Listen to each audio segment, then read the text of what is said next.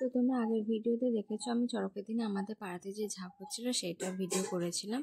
তো আজকে সেই দিন বিকালবেলা আমরা মেলায় গিয়েছিলাম, এই মন্দিরে ঝাঁপ হচ্ছিল, তাই আমরা এখান থেকে মেলায় গিয়েছিলাম ঝাঁপ টাপ দেখে। তো মেলাতে প্রচুর ভিড় ছিল, আর এরকম জলের মধ্যে প্যান্ডেল হচ্ছিল যেহেতু, সেই সময় প্রচুর জোরে হাওয়া দিচ্ছিল, মানে ঝড়ের মতন। তো হাওয়ার মধ্যে বসেছিলাম, জলে বসে থাকতে বেশ ভালোই লাগছিল, ঠান্ডা হয়ে গেছিলো চারিদিকটা।